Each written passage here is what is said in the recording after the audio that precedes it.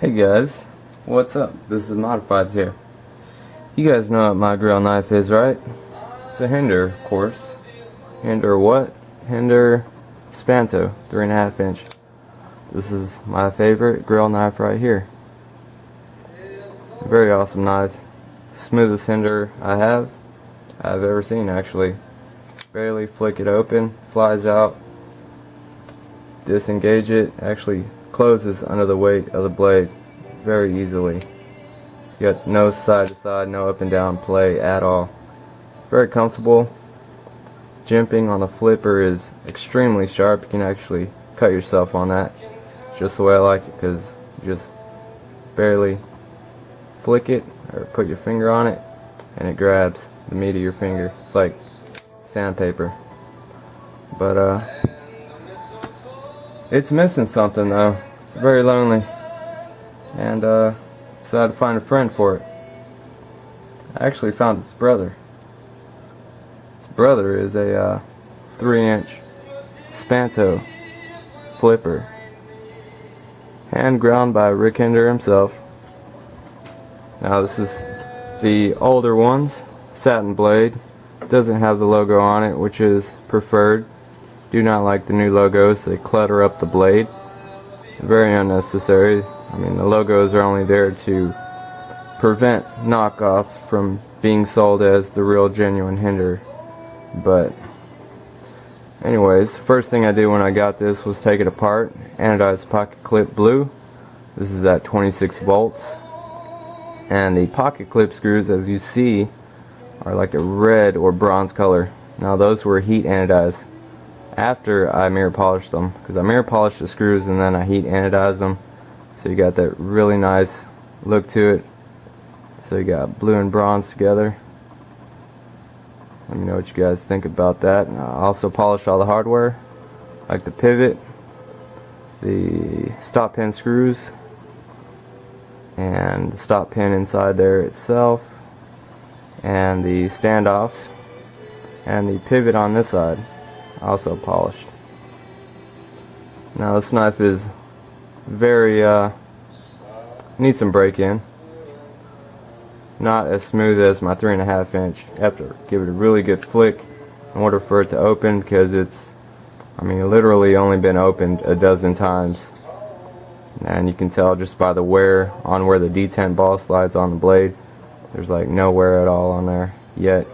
Now as that wears in, I mean, all this drag right here is caused by the detent ball on the blade. And lockup on this knife extremely early. Very pleased with that. If you can see that there, we got about a 5% lockup. Very, very early. Here's a better shot of the lockup. See the engagement only at 5%, very early. Super early. Now, I do not have a problem with that. Some people do not like early lockup, but this is a weekend knife for me. I mean, I carry this knife on week when I have to work a Saturday or a Sunday at work. I just need something pleasurable to use at work, and don't use it for any hard use. I just cut paper, this anti-rust paper at work. So I'll bring a custom and use that. I won't use it for, you know, cutting up cardboard and doing all kinds of other stuff. So having a early lockup is preferred for me. Gives me more flipping time, more fondling time. You know, just play around with the knife, let the knife break in. Do not have a problem with that. I don't think I'll ever be in a situation with one of my customs that the lock would slip or fail because of early lockup. I mean, I really like that early lockup right there. Now most Hinderers are known for that. Most Hinderers do come with the early lockup. I've had this knife for a few months now, and there's a lockup on that. Looks to be, I don't know, 15%. What do you think? And I've flipped this one so many times, and it just keeps on going. So let's compare the 3-inch Spanto against the production model. This is also the 3-inch Spanto. Now the production model is a flat ground and then stonewash blade, and the custom that Rig does is hand ground.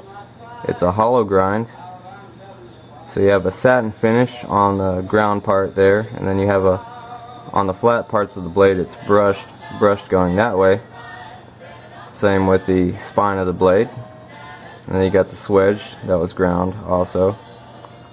And this is all done, the production model is all done on a CNC machine and then stone washed.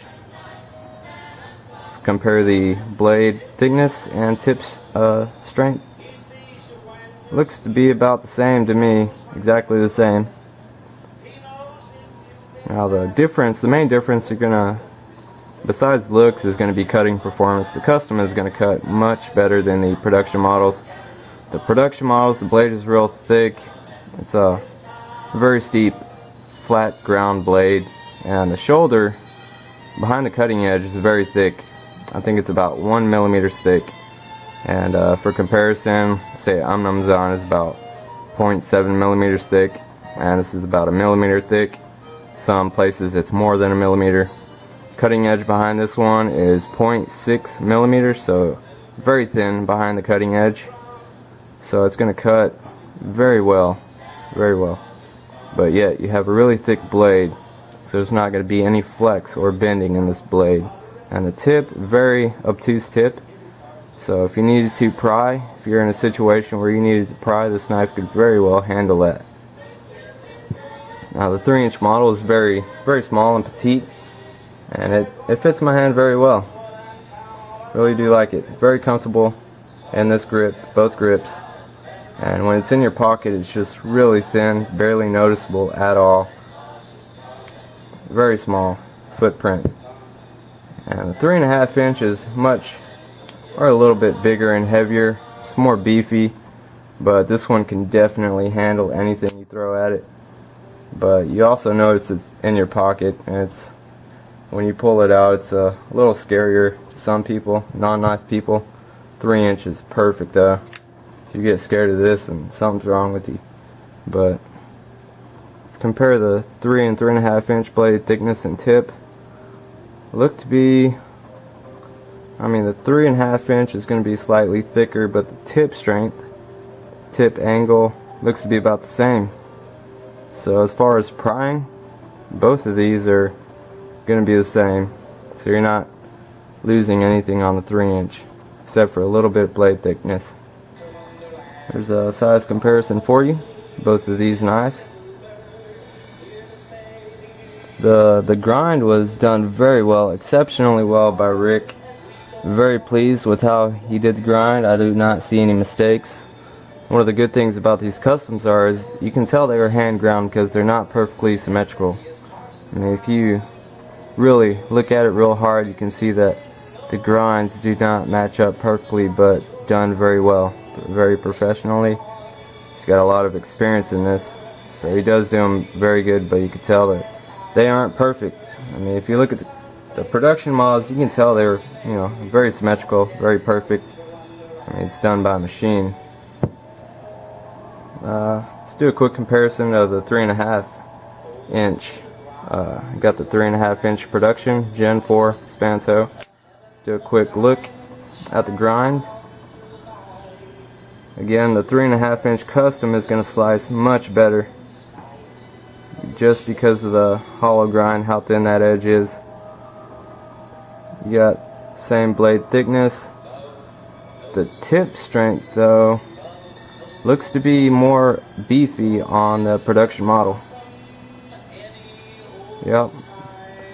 Looks like you got more meat at the tip of the blade on the production model, so I think if you needed to pry something, maybe a car door, house door, something like that, I would take this production model and just go at it. You got that stonewash blade too, so you don't have to worry about wear showing up on the blade anywhere. This one's also very smooth.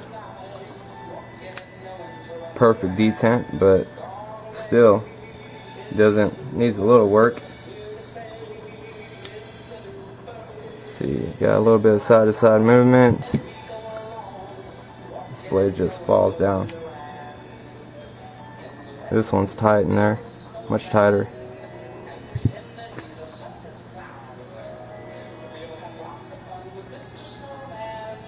Anyways, see what else is special on this 3-inch. We got textured carbon fiber. Very, very comfortable. It's not gritty. It's not aggressive. It's not going to tear your jeans. Carbon fibers, it looks real nice. You can actually see the carbon fiber in it. So it looks much different than the plain G10. Much more eye appealing. Yet it provides grip, texture, and it's lightweight, and it's much stronger and more rigid than G10. So it's definitely worth the price to get that carbon fiber on there. Although on some knives I do prefer the smooth carbon fiber just because it looks better. But the textured carbon fiber is just as good. I do like it on my 3-inch models because it is a smaller knife. Gives you a little more grip to hold on to. And on my larger models I do like the smooth carbon fiber.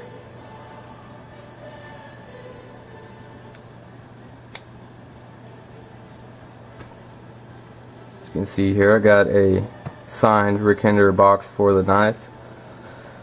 And I like all my customs to have a Hinderer signed box. There's a couple that I do not have a signed box for that I will be getting signed soon. And it's just cool collecting all these customs. I have way too many production models right now, so I'm going to be trying to get more customs. They're just more rare and much funner to play with. Man, talk about tolerances. Look how close that flipper comes to that stop pin every time you open the knife. I mean, there's less than a hair's gap between that stop pin and the flipper. Actually, whenever I was putting the knife together, I was trying to close the blade and it wouldn't close because I didn't have the screws tightened down all the way. So the flipper was hitting the stop pin and I was wondering why. Now that it's together, you can actually see that I mean, there's less than a hair's gap between there, so that's precision right there. Now the flipper, I mean the production flipper model doesn't even come that close. There's a bigger gap there. Hey guys, it is Christmas Eve, so I wish for all of you to have a Merry Christmas. Stay safe this New Year's, and appreciate you guys checking out the channel, sticking by, checking out all these Hinderers. Really appreciate you guys watching. Stay safe out there this New Year's. See you later.